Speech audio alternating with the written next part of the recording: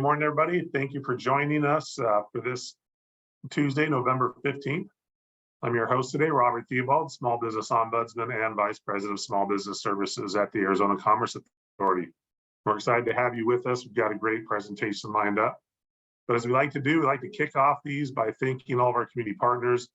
Our community partners make these possible. We could not do it without their time, their effort, and their expertise. This is just a sample listing of all those community partners that have helped. We have over 200 different presenters throughout the boot camp, and we're excited to share them with you. So for those new to the Small Business Boot Camp, it is a webinar series designed to help small businesses as they prepare, plan, and grow throughout their business life cycle. It is a statewide initiative supported by all those community partners. And not only is it our Tuesday morning webinar that we do just about every week, it is a content library and a series of workshops. So real quick on the workshops, we just wrapped up this year's series of workshops a couple weeks ago with our partners at the Phoenix Business Journal. We will have more workshops in 2023, at least one per quarter, if not more often. And these are going to be in person with a potential Zoom option, more in person with a recorded option. So those that can't be there live will be able to get the content at a later date. We are working on a number of different options. So be on the lookout for those. As for the content library, this is an awesome tool that is available to everyone. We record all of our webinars and we post those recordings in our content library.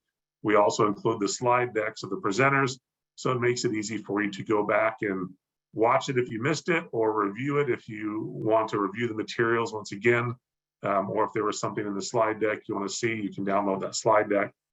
So you can find that content library at the bottom of the Small Business Bootcamp page.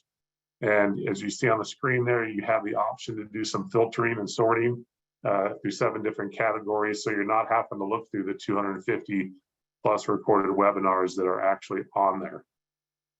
So that is a great resource for everybody. Additionally, the ACA has a number of different programs to help support small businesses. We have our small business services, our workforce, and our MEP. And if you have more questions about these programs, you can feel free to reach out directly to myself and I can guide you through those programs, or you can find information on them as well on our website at azcommerce.com. Another tool that we have for those looking to start a business or grow your business into new areas is our small business checklist.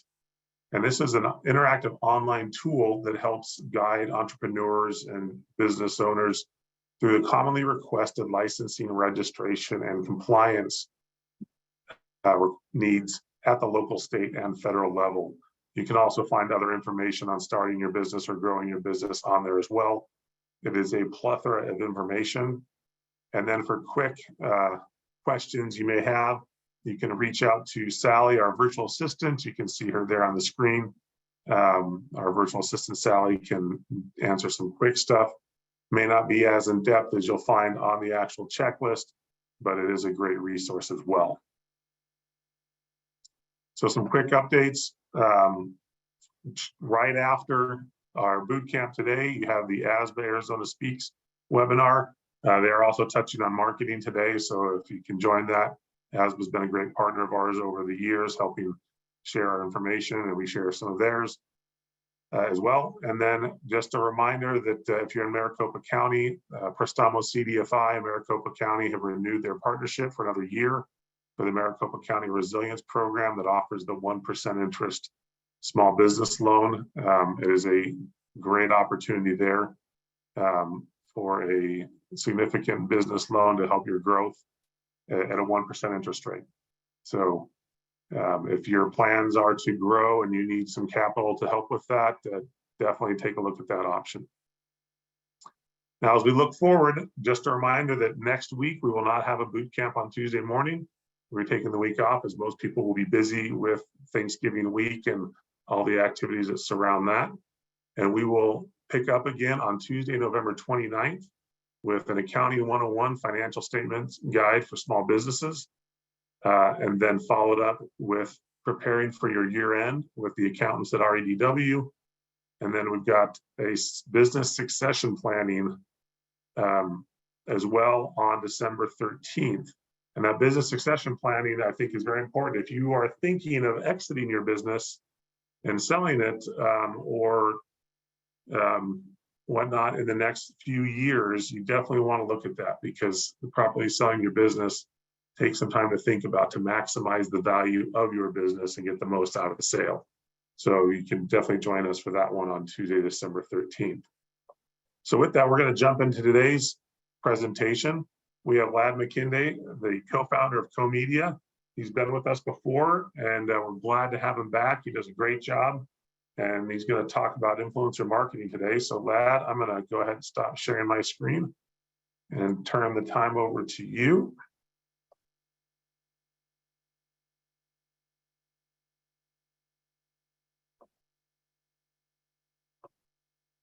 All right, Ladd, there you go. All right. I wish I could see everybody. Can you hear me? Yeah, we can hear you just fine. All right, perfect. I wish I could see everybody, but I can't. So I'm assuming everybody's good and well. And this morning, like Rob said, I was here earlier, I think in March. We did a presentation on influencer marketing. And it was, I think, the overview of what influencer marketing is. Today, the hope, and obviously it went somewhat okay because they asked me to come back.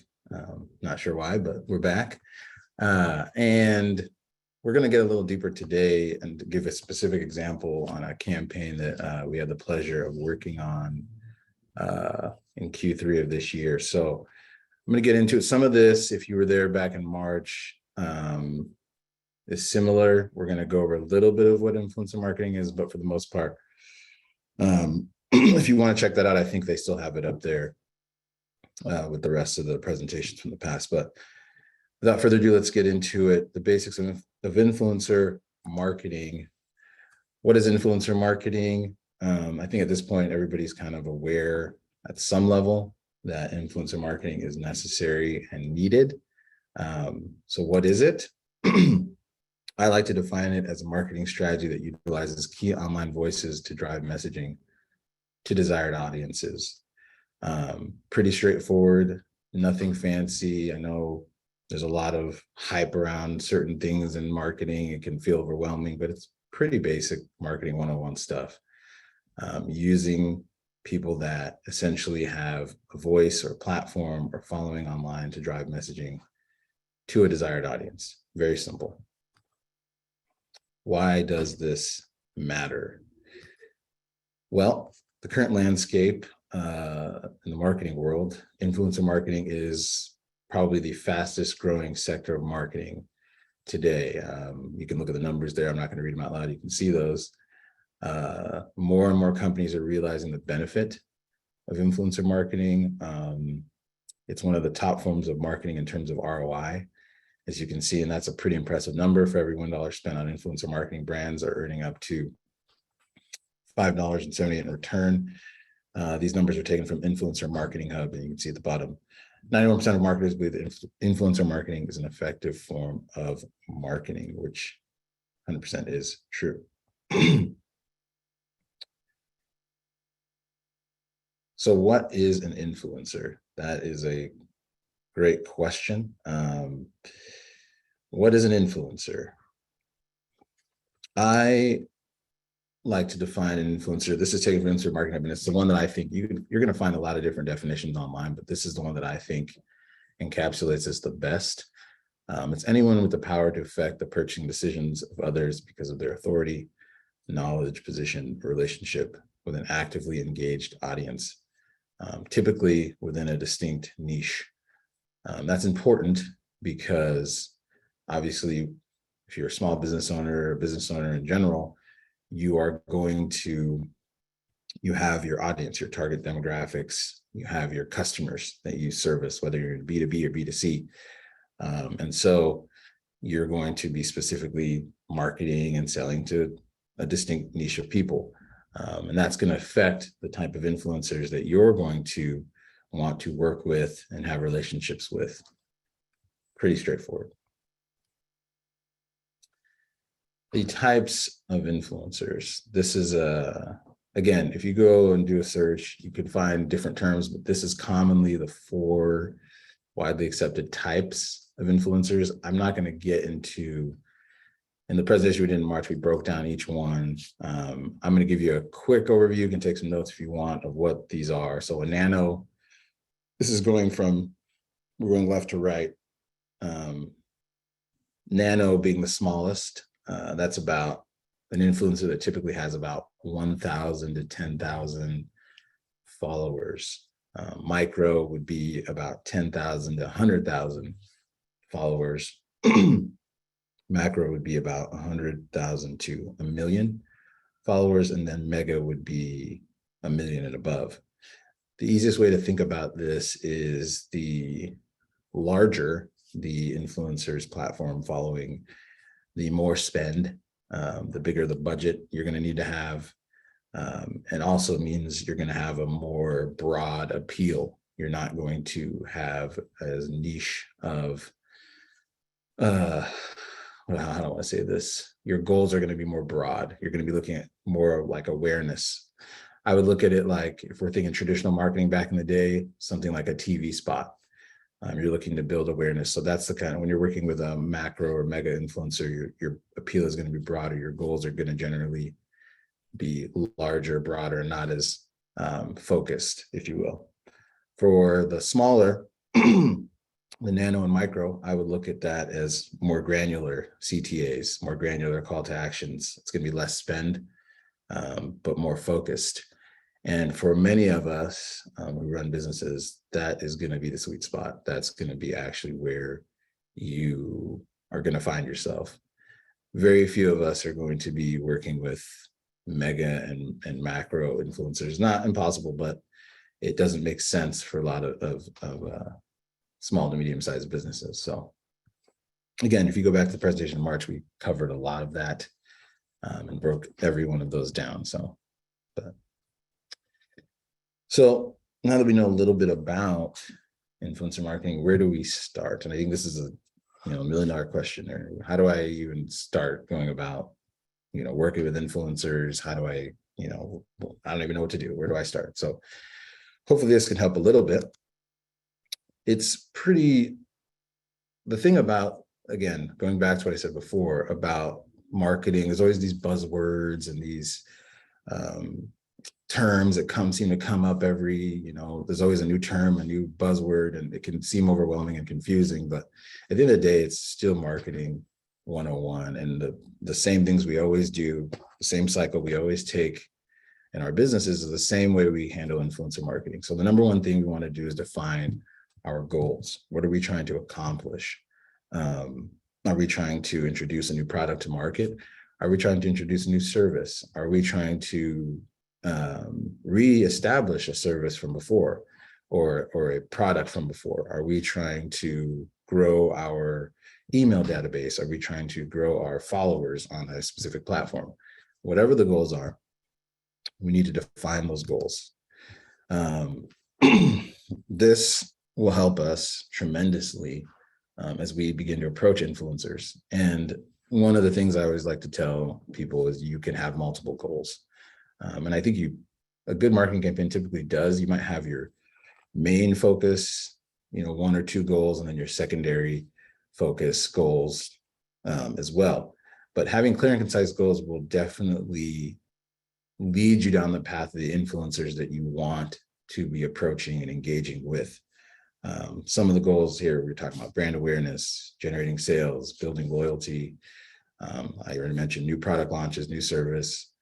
A big one that I actually think a lot of people kind of don't think about as much is consumer feedback. And I'll get into an example, a real world example, like I said earlier, that we did a few months ago over at True Flask.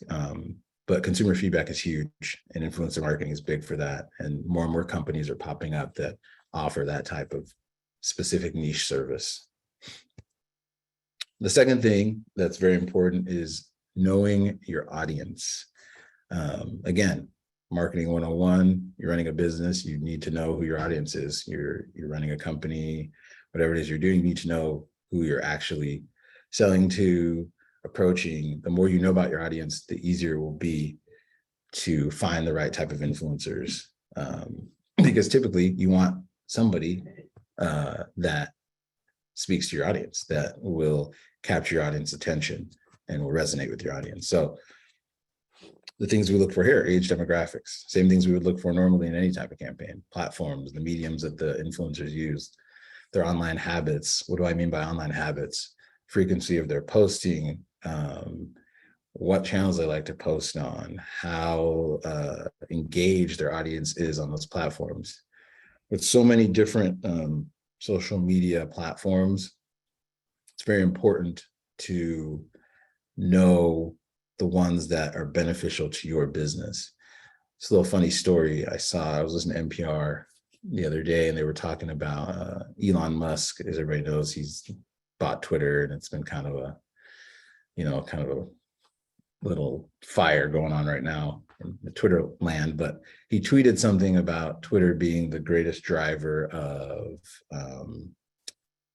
to websites of any platform, which was very harshly and quickly rebuked by everybody in digital marketing, because that's actually the opposite. Twitter is one of the least platforms that drives traffic away from the platform itself. And he then deleted the tweet. But it was interesting because obviously Elon Musk is a very wealthy and powerful individual, but even he has no idea the platform that he actually owns and how it is used and how it affects businesses. Twitter would be probably one of the last platforms you're looking to drive links from. It's more of a conversational platform. It's where people go to the dialogue and see kind of the temper of a topic that might be in the public sphere.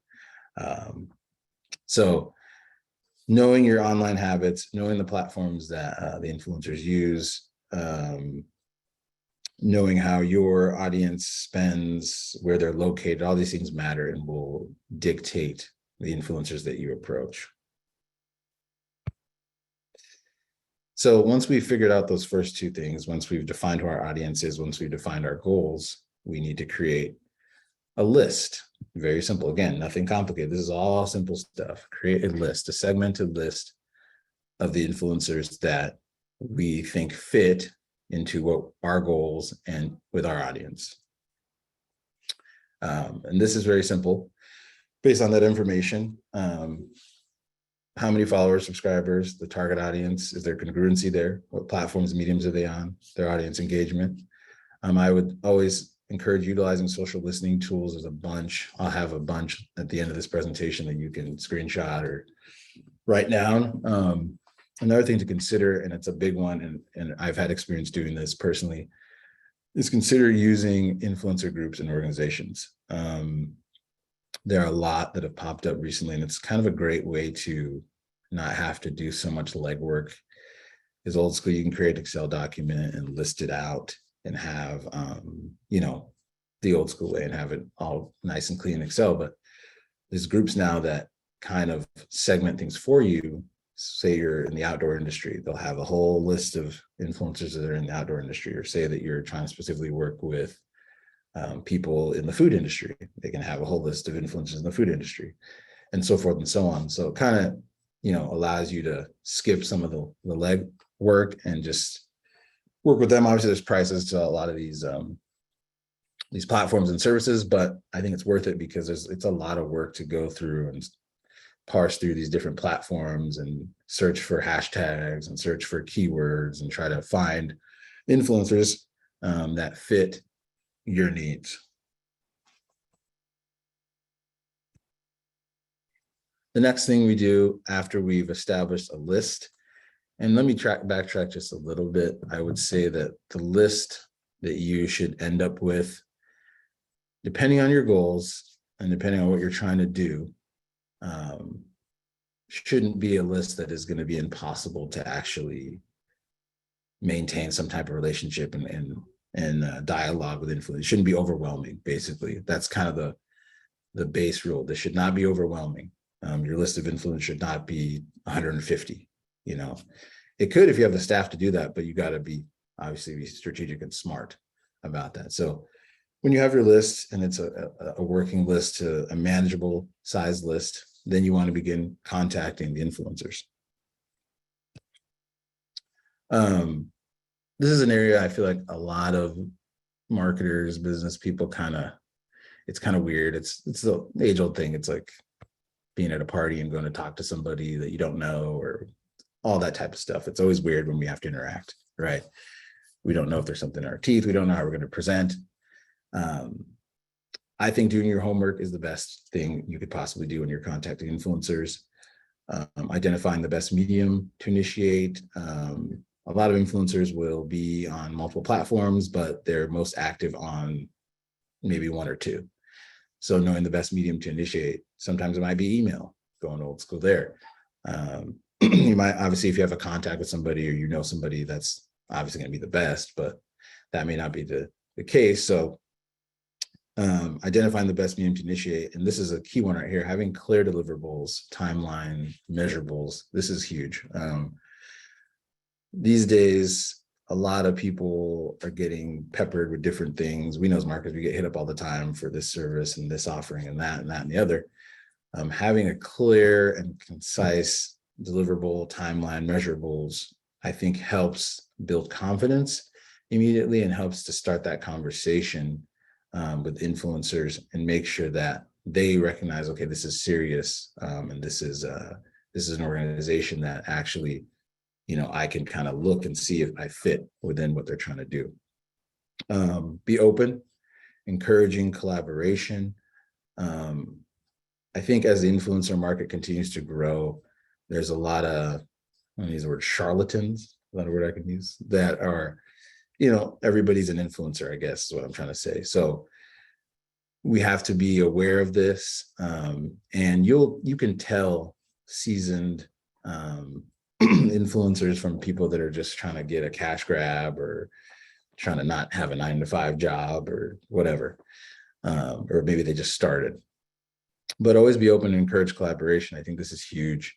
Influencers like to feel like they're actually can bring value to a brand, and the more that you can do that, I think the better relationship you have and the better the collaboration will end up being. Be authentic, personalized. I mean, that goes without saying. Utilizing third-party tools again to kind of initiate some of these contacts. Like, for example, if there's a group that has a connection to an influencer and a relationship already, it might be better to go through that organization or that group and use that tool, because they're expecting there's already kind of an established, I get my inquiries through this tool. So always encourage that, as well, as opposed to like a cold DM or a cold email or anything like that.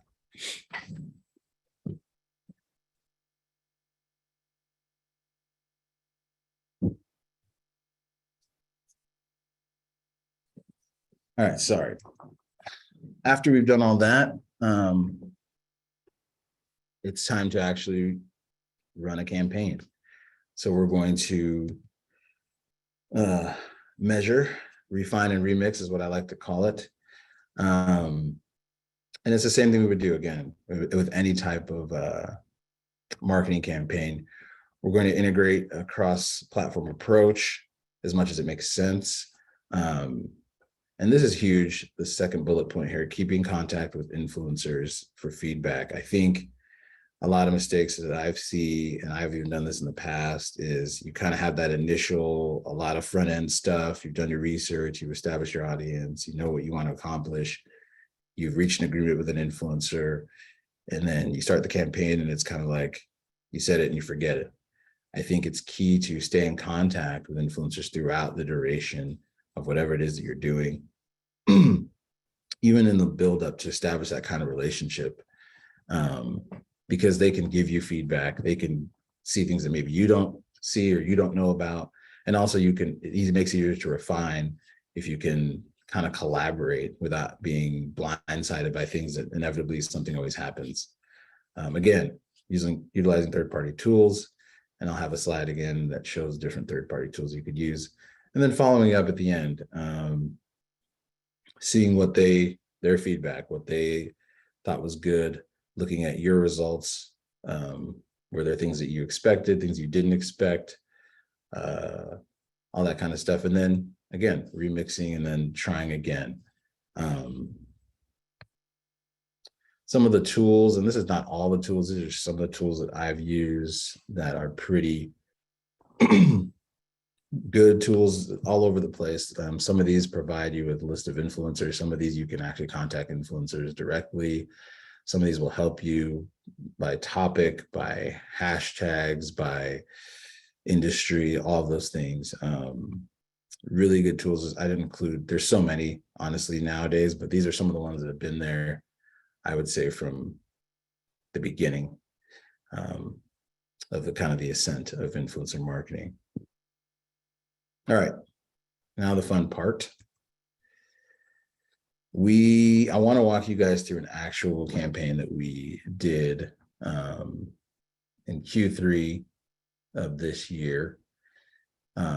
Really longer than that, if I'm being honest. So the whole process, going through everything I talked about, we started this with this company, True Flask, last year.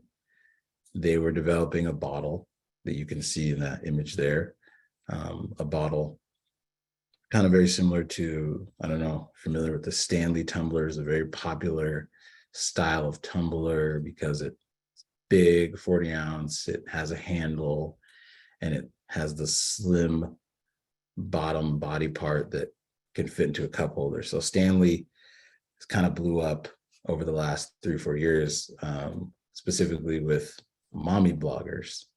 And more specifically from Utah, that kind of blew it up. Stanley started this product, a product that's similar, and they actually were not going to, it was just like a one-off thing they did, and it became so popular. A group of mommy bloggers in Utah actually spearheaded them bringing it back and made it like this thing now. Now it's like almost like an accessory that everybody has to have. So this brand, True Flask, saw an opportunity because no one else is really making a bottle that's competitive or similar. And so they developed one over the course of 6 months that would in some ways be better than the Stanley with some of the deficiencies the Stanley might have had and blah, blah, blah. So they wanted obviously to get this product out, and they wanted to use influencers to do that, which makes sense because obviously the Stanley bottle was becoming very popular. So we kind of looked at everything and saw that we have a new product launching. We want to get consumer feedback because we know that if we're able to get consumer feedback, we'll build confidence. There's going to be just a natural, just from the jump, there's going to be a natural like hesitancy because maybe I've never heard of this brand, maybe because it's a knockoff of Stanley, that kind of vibe. So it's going to be important that we get positive feedback from the influencers who have platforms, who have people that kind of pay attention to what they say. So that was a huge one for us, goal. Brand awareness, like I said, this is a newer brand, hasn't been around for as long. So we want people to be aware of it. And obviously they wanted to generate sales after putting over years of work into developing a product and then increasing traffic to their website. So those were the goals we had for the influencer marketing campaign. And I didn't put everything in the slides because it would be too much to put in, but I'm just going to talk you through it and then you can go back later. We knew they had the product, so we did a lot of product photography. Specifically, we hired models that were moms. We got, obviously we wanted everything to feel and look like the group that we were targeting, which is mommy bloggers.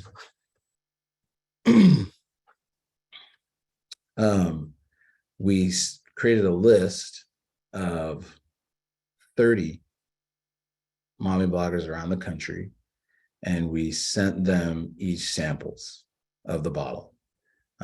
This is months in advance of the actual release of the product.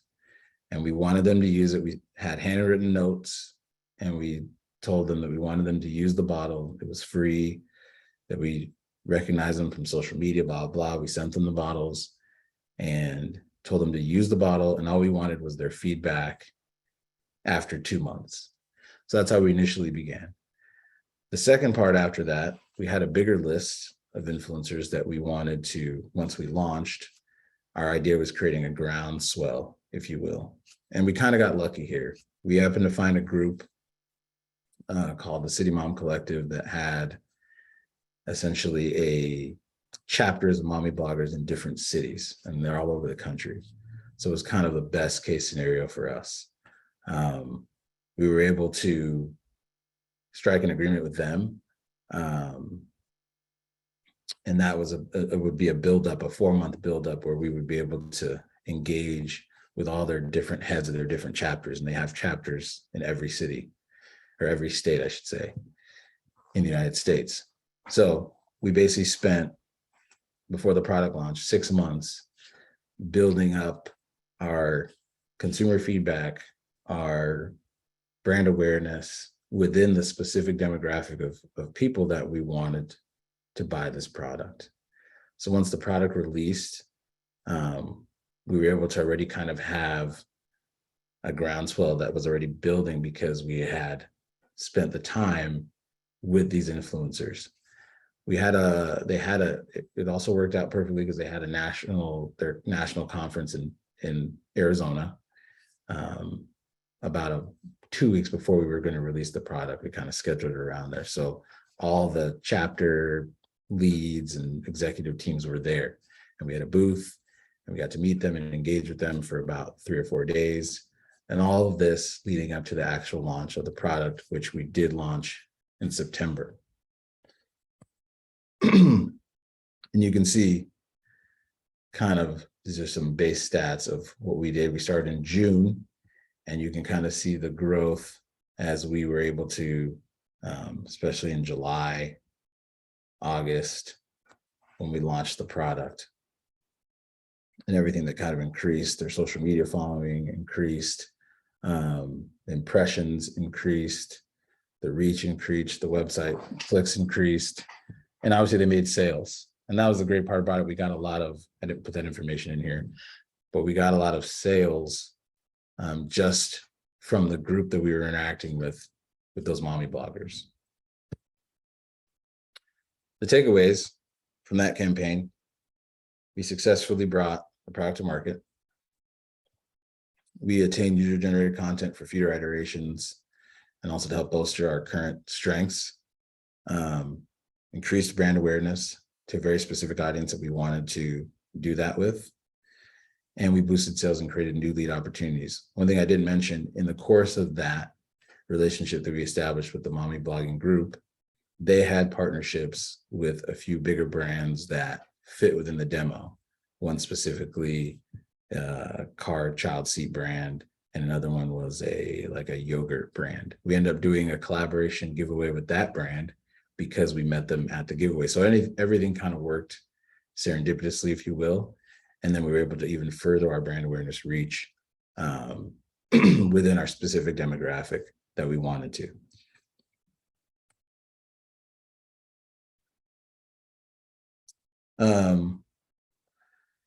So following up from that, we wanted to activate new audience members. We had a whole list now of individuals that were very specific to our target demo that we now can engage with and continue to have conversations with as we continue to build the brand and nourish that relationship, and also be able to promote other items and purchase options to them and expand our platforms and touch points. All right, so going back to what influencer marketing is and what an influencer is. Any topic in which individuals can have expertise will have an influencer market. I know a lot of people are always kind of like, okay, well, my business isn't built that way. I'm a B2B business. And I always say, like, if there can be an expert in your area of business, then you have an influencer market. If you're on, even these days, you'll see it even on TikTok.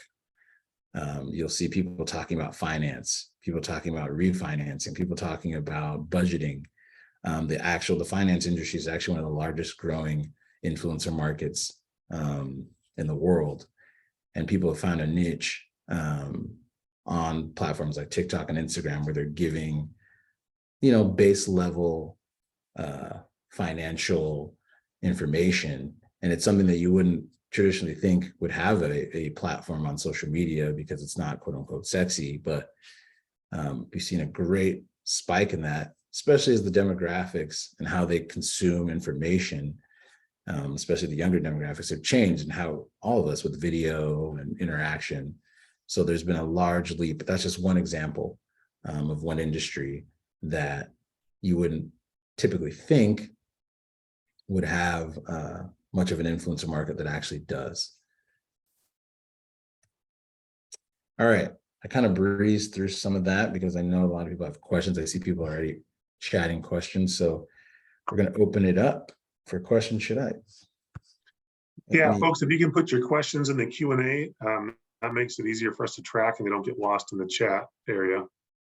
One says, the first one I want to go is Michelle had asked about that report you showed. It showed the impressions. She said, how do you create the report? Oh, goodness. So that report was actually a third-party tool that we use. I can't even remember the name of it off the top of my head. I can get that to Rob and then they can give it to you. I don't remember the name of the third-party tool that we use to generate that report, but it's a paid tool that we have that we use to generate that report. Excellent. Yeah, I can share that out. The next question is, we are a nonprofit that has not worked with influencers yet. However, we do work with a lot of speakers as we hold a lot of events. How, if able, are we to translate speakers to influencers? That's a good question. I would say that you're already kind of it's almost like set up for you kind of perfectly. If you have relationships with the speakers, I think it's kind of leveraging those relationships and those conversations. Maybe you can even take video of when they're speaking or things of that nature and repurpose those online onto your platforms. Obviously, you would have to have those conversations with the presenters and the speakers, but kind of leverage it that way and create short form content. Obviously, some of the other things I talked about before, you'd have to know your audience. Is your audience going to engage with this? Is your audience on those platforms? But that would be an easy way to kind of have that conversation. Can we repurpose these things? And you'd have a bunch of user generated content from people that are experts in the field. And bonus, if those individuals or those companies they work for have a platform that they're pushing hard on social media, then it's only going to benefit as you tag them and reference them. So very long-winded way to say, have a conversation with them about if you can repurpose the content and utilize that. Excellent. Next one says, what are some good metrics to track for awareness goals, traffic, etc.? Yeah, metrics to track for awareness goals. I'd definitely say engagement is the biggest one. You'll see, and this is, I'll give you two parts. One, when you're looking to find an influencer, I always look at the engagement. A lot of people look at the followers, and I think that's false because there's so many reasons someone might have followers. Even, I don't know if people are still doing this, where certain people just buy followers, but engagement is going to tell you the real story. How engaged are people with the content? Because ultimately what you want people to do is engage. You're either trying to sell them something or have them fill something out or take an action. So you want them to be engaged. And if you have an influencer that has an engaged audience, then more than likely they're going to be engaged when they're talking about your product or service. So engagement is a huge one. Anything that has to do with an action. So any CTA, we're talking about clicks to your website.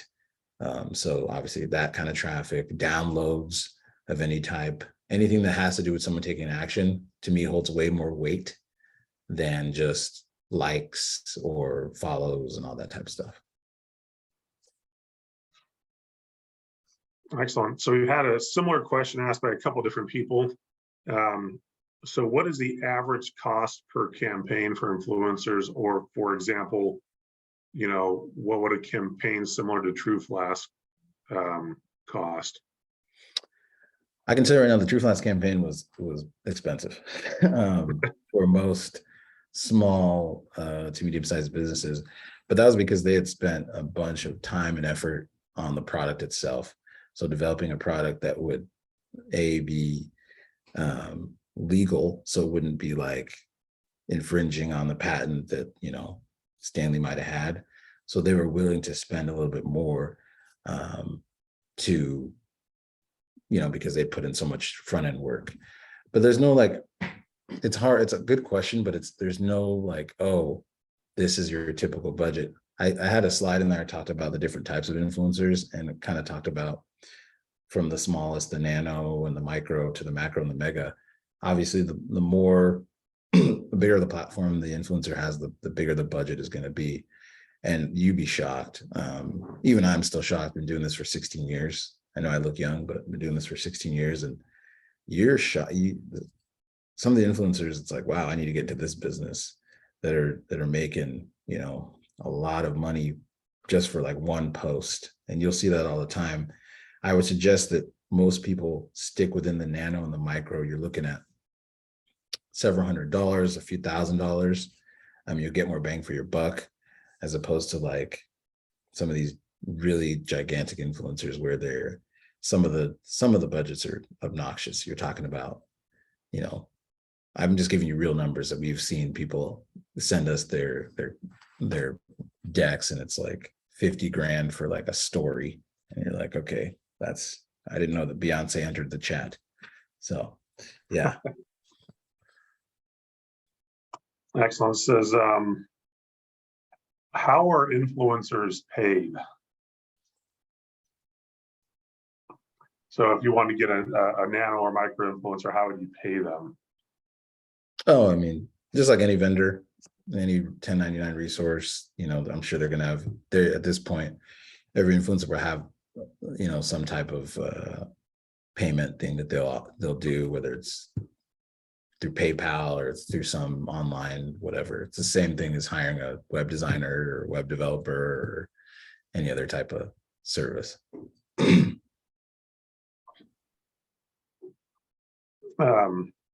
Let's see.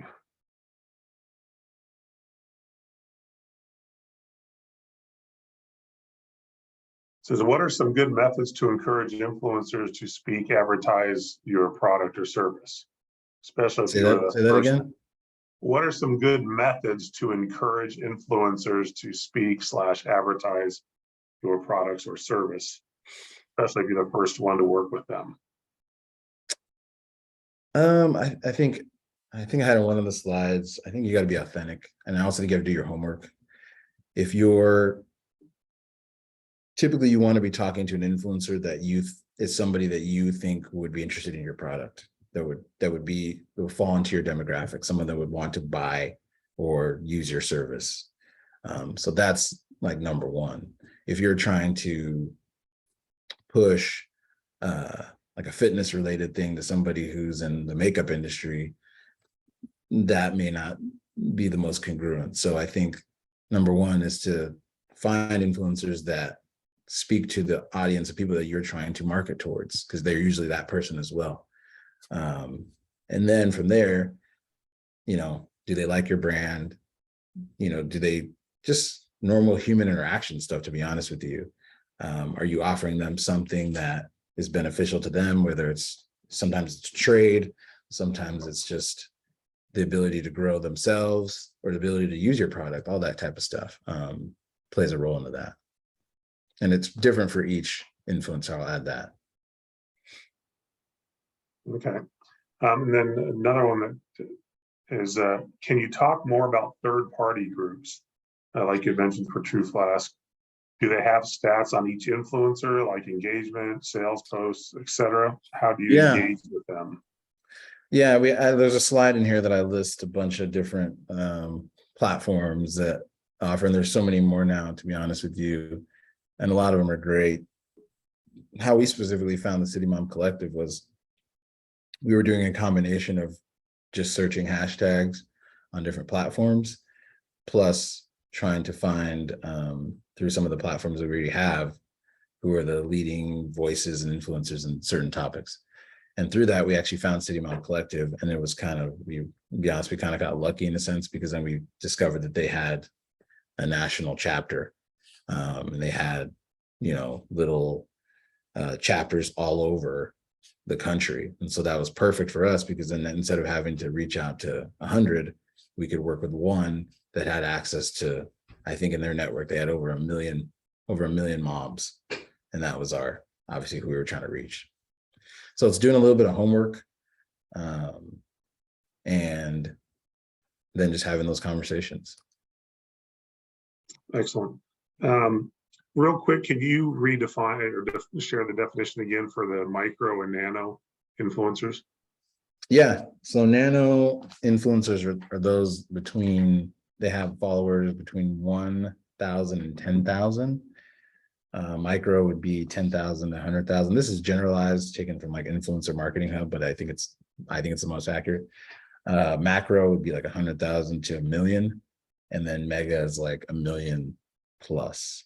And the way I look at it, I break it down simply is just saying that the nano and micro are smaller, which means more granular call to actions, less spend, more focused. And honestly, you probably see the best results there for most people.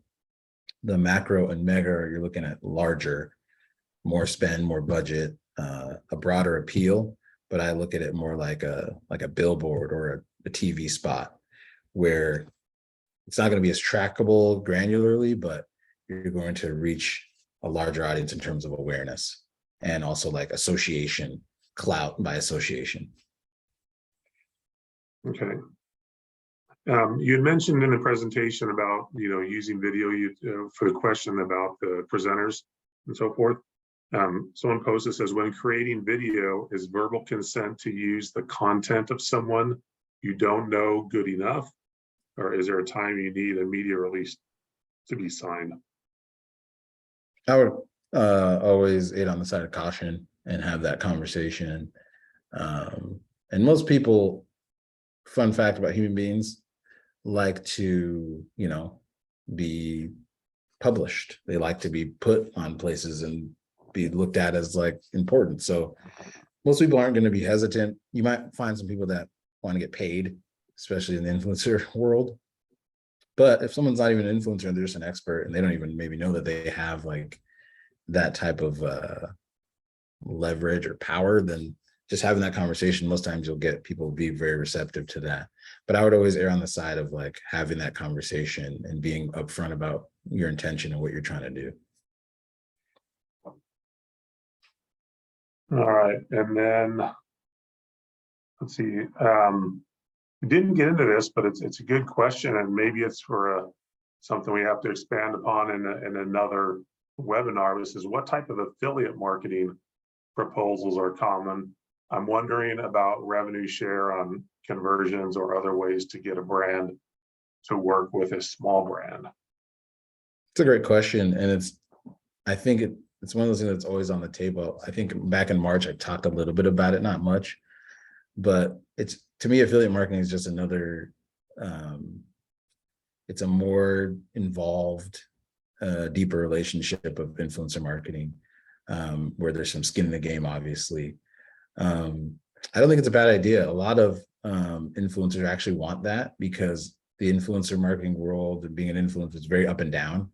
So if they can have something that's more stable, something that can be more long-term, they like that, because it's guaranteed that they'll be getting paid. And then for you, as long as the agreement is as such where it benefits both parties, it makes the most sense, and it might save you more money and also less headache. We do with TrueFlash, we do a lot of that with photographers, outdoor photographers, because we don't have a large staff and we need a lot of outdoor photography. So we have a lot of photographers who are basically affiliate marketers. I just gave like a big insight to our thing, and I feel like I shouldn't have done that, but whatever, I did. Excellent, thank you. Let's see.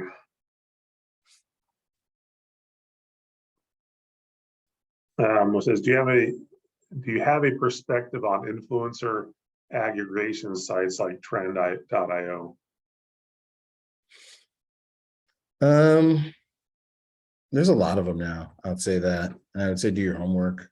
I'm not familiar with that one, but I've been doing this for a while, so I kind of there's ones that I've kind of just gotten used to using. Social Stance. There's a few others, but I would say do your homework on the platforms. Run tests. Most of these will offer like free trials and just kind of do your compare and contrast like you would with any other software as a service or any other platform, and see what works best for you and your business. Okay. We got a really good one here. It says, I can't get a feel for what to pay for a nano micro influencer. Is it per post, a percentage of sales? Is there a photo production fee if they produce the content? It's a great question, and I would say it's a common that what you're expressing is a common thing, and I think it is because there's no like standard set. It's almost like each influencer has their own way of going about it, and a lot of this is conversational. To be honest with you, a group like I mentioned, like the City Mom Collective, they're a huge organization that has grown to be a national organization, so they have kind of set things in place. However, even within their network, you start getting granular, talking to individuals within the different chapters. They have their own pricing structure and their own desires and needs. It's really conversational, case by case basis. You have to know what you're willing to spend. I don't know what your business is specifically, but you have to know for yourself what you're willing to spend. What is the value of something to you? And I think going into that, alluding to one of the slides in the deck, is more important, because then when you're having these conversations, you know where you're willing to go and where you're not willing to go. And you might have to adjust that if you're seeing a bunch of no's or seeing a bunch of situations where you're not really getting much traction. You might have to readjust. Excellent. And then this will probably take us right to time, but this says, would you recommend working with local influencers versus national? And is that the micro versus macro levels? To answer the second part, it's the location really has nothing to do with the nano, micro, macro, mega. That's more about the size of the platform the influencer has. Localization, I think, is great, specifically depending on what your business is. If you have a business that's obviously in your demo is a lot of local and it's localized and you have a lot of customers or consumers that are local, then it would make sense to have an influencer that can speak to that audience. That's really going to be the dictator of whether you do something with a local influencer, whether you do something with a national influencer. Is your target demo, are your customers local? Are you trying to reach more local customers? Then that would probably make the most sense to use a local influencer. You're trying to reach a broader audience that's more national based, then probably try to find an influencer that is that speaks to that broader audience. Or you could do both. Excellent. And then we have one last one we'll do here, and it says, any advice on how to grow a social media following after you are already posting consistently? Yeah, $1 million question, right? Yeah. So it's platform by platform these days, and we all know that the platforms are changing and they change algorithms, and Instagram does this and changes that, and it's frustrating. And right now it's about making reels, and it's like can be very annoying and just seem like you're clawing uphill on ice. What I would say is you have to have a consistent message. And I always use I tell our people, like, is this something that you would engage with? Why is this worth engaging with? I think a lot of times it's because it's so redundant. It could feel like we're not getting through. But one of the key things that I've discovered in doing social media for this long is that human beings, we are creatures of habit. Think about your favorite TV show. You get frustrated when the show changes a character out of left field. We like familiarity. we like to know in a way what's going to happen. So consistency in messaging over time, over and over, is really the biggest key on social media. And it's counterintuitive because you think you have to always come up with something new. Look at the pages you like. They're really regurgitating the same things in various ways over and over and over and over and over and over again. And we like it because we're familiar with it. We know what to expect. If they go off script, then we're like, what are you doing? Just like your favorite TV show. So that's where I would start. And then you get into the actual, like, the algorithms and the tools and the format you need to be in, because it changes by platform. What you post on TikTok is not going to be the same as what you're posting on YouTube Reels, or what you're posting on Facebook, or what you're posting on Twitter, if you're on there. And then the last part of it is, you don't have to be on every platform. I think everybody feels like you need to be on every platform. You do not need to be on every platform. You need to be on the platform where your audience is and where you can have engaging conversations with that audience. So I would say authenticity, consistency. Is this content engageable? Like, is this something that I would even like want to engage with? Yeah. And then the platform. All right, awesome. One last question as we wrap up. Can you put your contact information back up or post it in the chat? I think you have a slide with your contact information. Say that again. Do you have a slide with your contact information? Yeah, I do actually. I don't know what throw else. that up real quick. We had a few people ask about it. Yeah, there you go. All right. So there's his contact information. With that, we'll go ahead and start to wrap up here. Lad, thank you for the presentation and those awesome responses to the questions. We also want to thank all of our attendees for the great questions you asked. These sessions always go better when we have those great questions. So thank you very much for that. We're glad everybody could make it with us today. Again, just a reminder that next Tuesday, we will not have a boot camp for Thanksgiving week, but we will return the following week on the 29th. So we hope to see all of you then. Again, everybody have a great weekend, and Thanksgiving week, and we'll talk to you soon. Have a great day. All right. Thanks, everybody.